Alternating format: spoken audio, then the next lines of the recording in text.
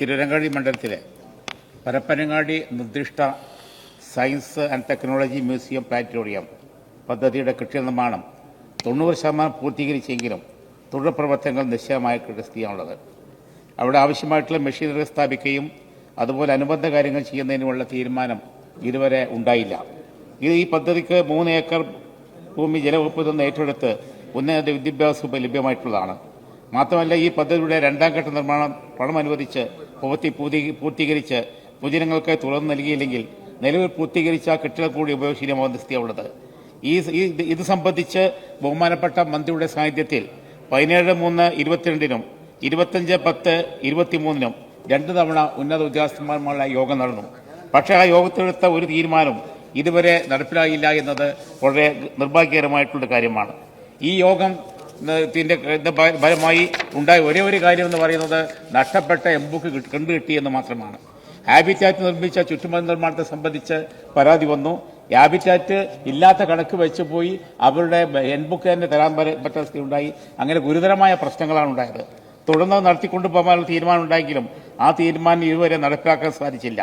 2 വർഷത്തിനുള്ളിൽ ഈ മേഖലാ ശാസ്ത്ര കേന്ദ്രത്തിന്റെ പ്രവർത്തനം നിർമ്മാണം പൂർത്തീകരിച്ച് നടപ്പിലാക്കുന്ന തീരുമാനമാണെങ്കിലും അതിന് യാതൊരുവിധ നടപടി ഇതുവരെ ഉണ്ടായില്ല എന്നതാണ് അതിന്റെ പ്രധാനപ്പെട്ട കാര്യം.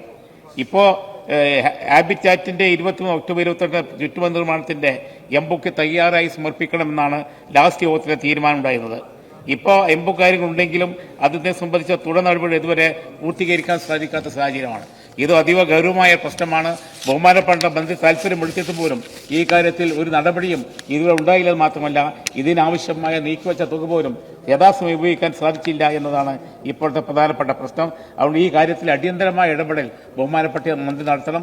ബന്ധപ്പെട്ട ഉദ്യോഗസ്ഥന്മാരുടെ ഈ ഉദാസീനത മാറ്റി ഇത് പ്രാവർത്തികമാക്കാൻ വേണ്ടിയുള്ള നിലപാടുണ്ടാകണമെന്ന് ഞാൻ ഈ സമ്മേളനത്തിലൂടെ ബഹുമാനപ്പെട്ട മന്ത്രിയോട് ആവശ്യപ്പെട്ടു. ബഹുമാനപ്പെട്ട ഉന്നത വിദ്യാഭ്യാസ സാമൂഹിക വകുപ്പ് മന്ത്രി.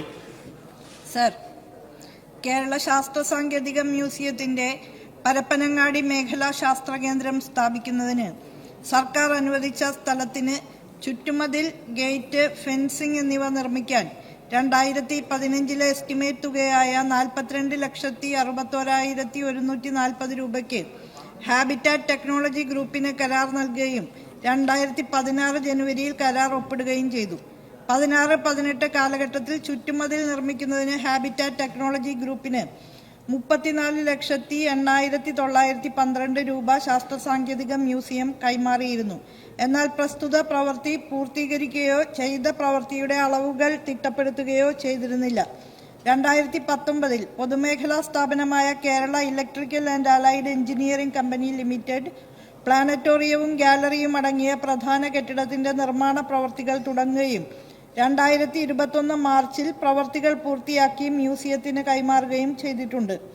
ചുറ്റുമതിൽ നിർമ്മാണത്തിൽ ഇതിനകം പൂർത്തിയായ പ്രവർത്തികളുടെ അളവ് തിട്ടപ്പെടുത്താത്തതിനാൽ മറ്റൊരു ഏജൻസിയെ ഏൽപ്പിച്ച് ചുറ്റുമതിൽ നിർമ്മാണം ത്വരിതപ്പെടുത്താൻ തീരുമാനിക്കുകയുണ്ടായി.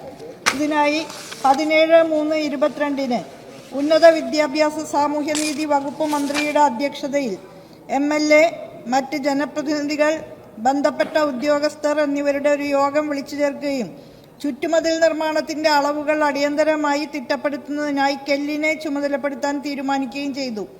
എന്നാൽ കെല്ല് പ്രസ്തുത പ്രവൃത്തി നിർവഹിക്കുന്നതിനുള്ള അസൗകര്യം അറിയിച്ചതിനെ തുടർന്ന് പരപ്പനങ്ങാടി മുനിസിപ്പാലിറ്റിയിലെ എഞ്ചിനീയറിംഗ് വിഭാഗത്തെ ഏൽപ്പിക്കുന്നതിന് നടപടികൾ സ്വീകരിച്ചു.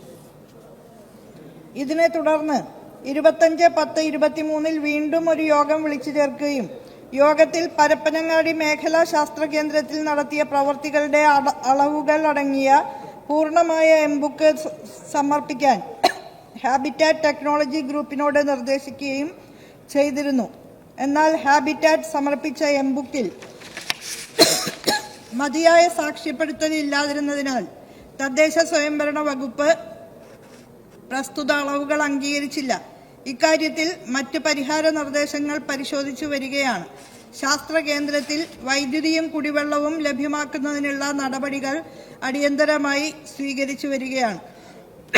നടപ്പ് വർഷത്തിൽ പരപ്പനങ്ങാടി മേഖലാ ശാസ്ത്ര കേന്ദ്രത്തിലെ ചുറ്റുമതിൽ പൂർത്തീകരിക്കുവാനും ഇവിടെ ഒരു പോപ്പുലർ സയൻസ് ഗാലറി സ്ഥാപിക്കാനുമായി 190 ലക്ഷം രൂപയുടെ പ്രപ്പോസലുകൾക്ക് വർക്കിംഗ് ഗ്രൂപ്പിൽ സമർപ്പിച്ച് ഭരണാനുമതി നൽകാനുള്ള നടപടികളും സ്വീകരിച്ചു വരുന്നു.